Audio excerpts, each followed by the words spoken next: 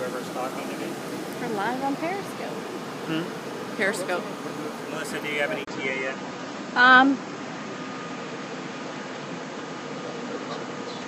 Probably about 30 seconds to a minute. Give it a minute. I'll watch and when he starts. You going live too?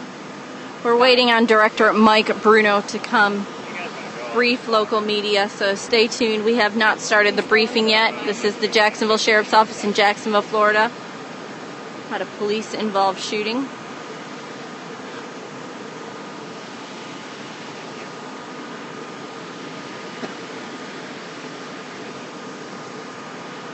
Stay tuned.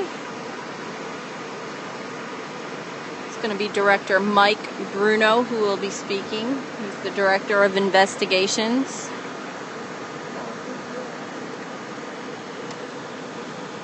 Thank you for all those hearts, whoever's given us these hearts on Periscope. That means they like it.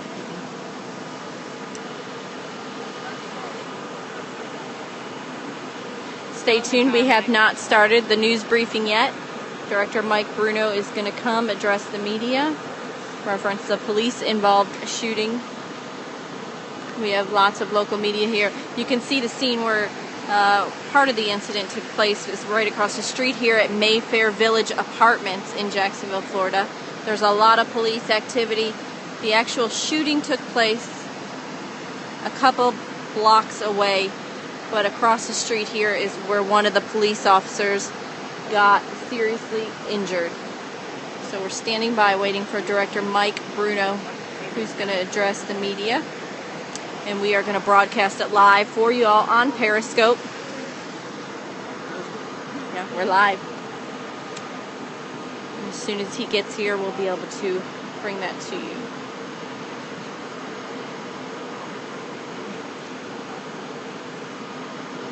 As you can see, the media is waiting very patiently.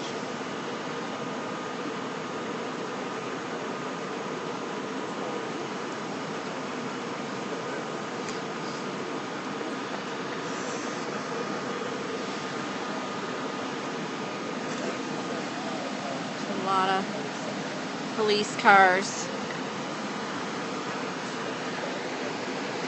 The officer's condition right now, as he was last update we got, was that he was in fair condition. He was transported to a local hospital with serious injuries.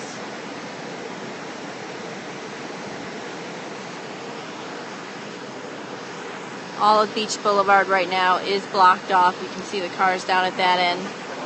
There's more cars down at that end. As soon as we have Director Mike Bruno, we're going to broadcast that live to you. This is occurring in Jacksonville, Florida, with the Jacksonville Sheriff's Office.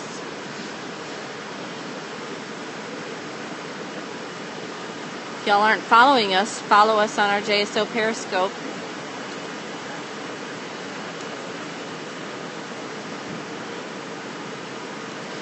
And after he does his briefing, if anybody has any questions, I can and will ask them from the viewers of the Periscope.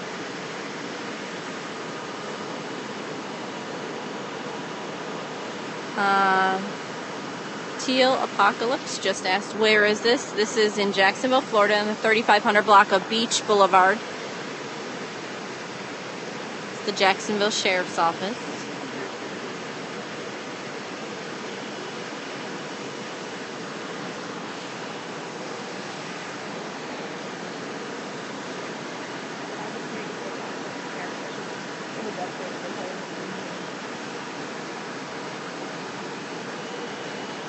Clint Combs, what section of Beach Boulevard? It's in the 3500 block of Beach Boulevard. You can see where the Save-A-Lot is. I don't know if you can see that there.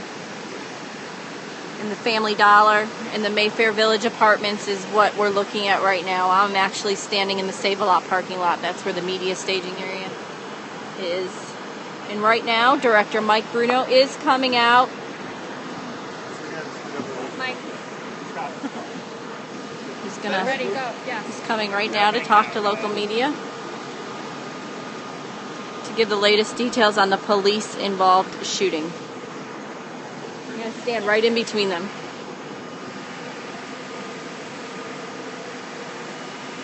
Ready? Is everybody ready?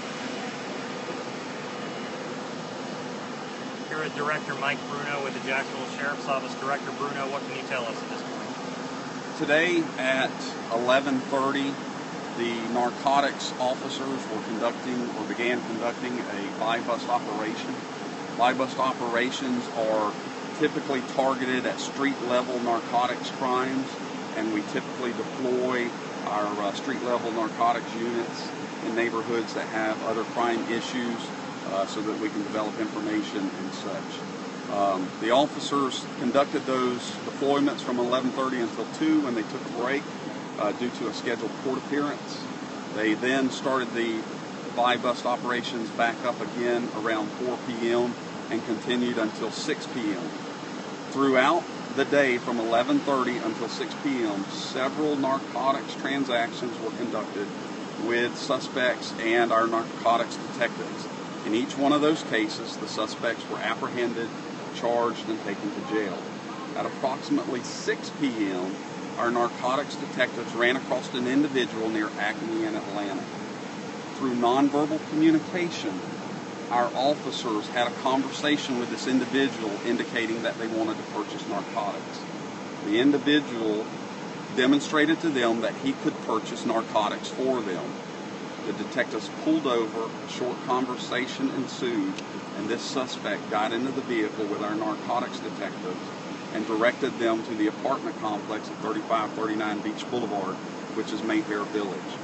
As the officers and detectives arrived at the apartment complex, this suspect told them to park near the front of the complex on a little side street. The detectives parked their vehicle, the suspect exited the vehicle and went into the complex for about 5 minutes when he came back out and said that all of the crack cocaine in the area, it wasn't satisfactory, it was weak. But he had another dealer across the street, and if they could wait another few minutes, that dealer would drive over and they could conduct the transaction. Our detectives were looking for $60 worth of crack cocaine. A short time later, our detectives noticed a silver vehicle pull up very close to them. The suspect that they were originally dealing with walked over to the silver vehicle and started having a conversation with the individual in that car. There was a drug transaction that occurred, and that original suspect brought the crack cocaine to the officers, who gave the takedown signal for the other supporting officers and detectives assisting in this operation. As the takedown signal was given, a takedown vehicle pulled behind the silver vehicle. The driver of the silver vehicle saw what was occurring and began to back out or accelerate out of where he was and round that police vehicle that was pulling in behind him. At the same time, officers and detectives were approaching from the front of the vehicle.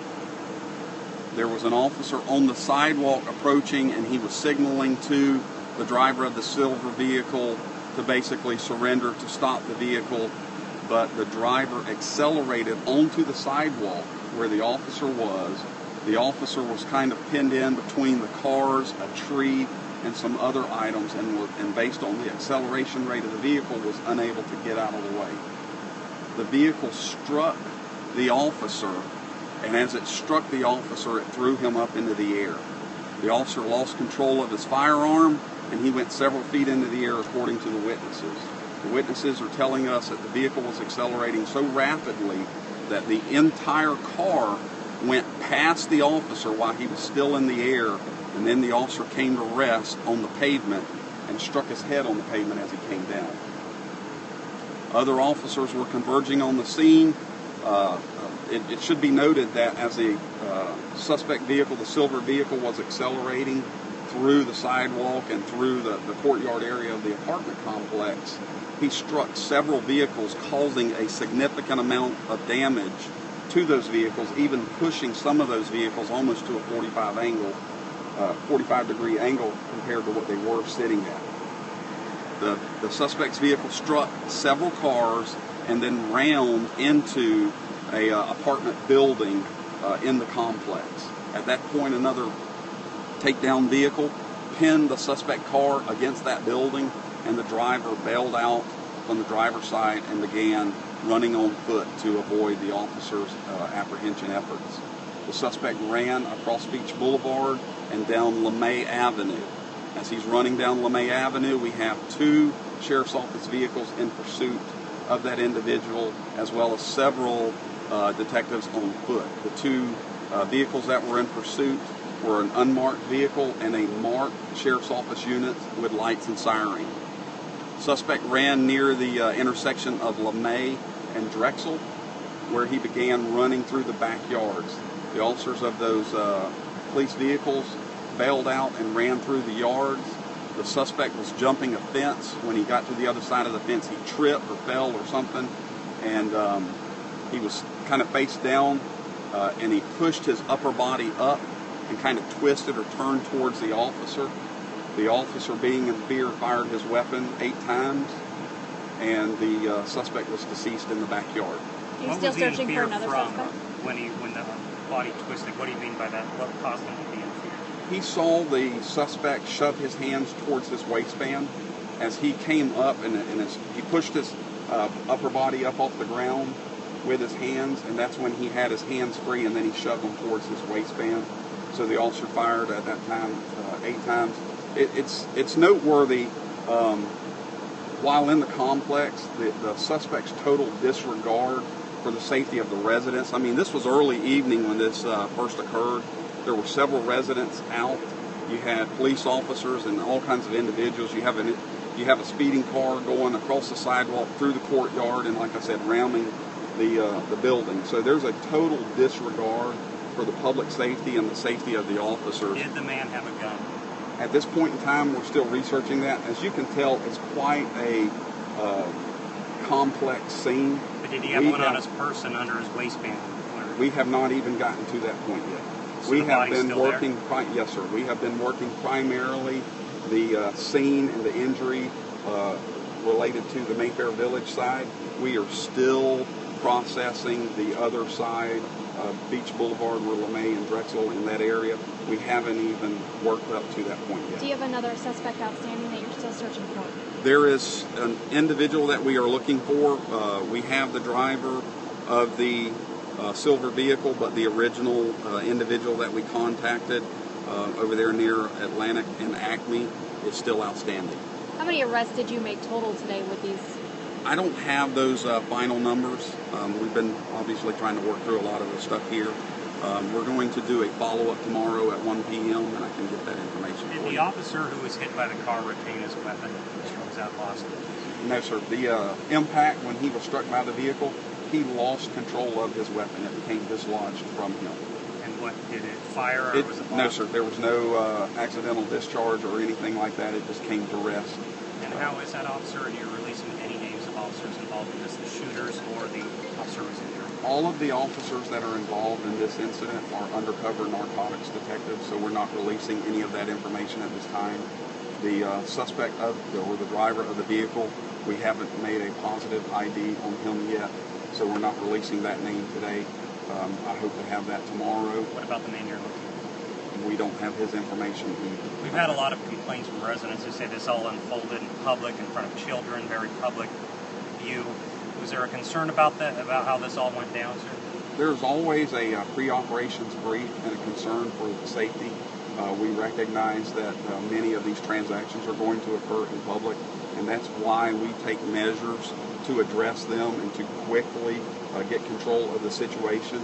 I mean, this just shows the measures that this suspect was willing to go through to avoid apprehension.